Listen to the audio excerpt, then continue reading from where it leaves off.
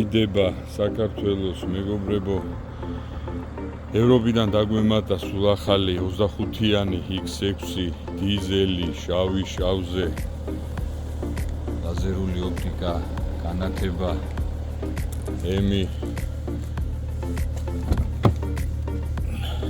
უმაღლეს კომპლექტაციაზე გათბობა, გაგრილება, პრემიალური მუსიკა, ჰედაპი,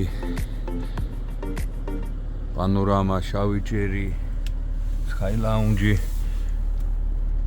პნევმა, ჭიქების გათბობა, გაგრილება, ძალიან მაგარი მასაჟები და ასე შემდეგ.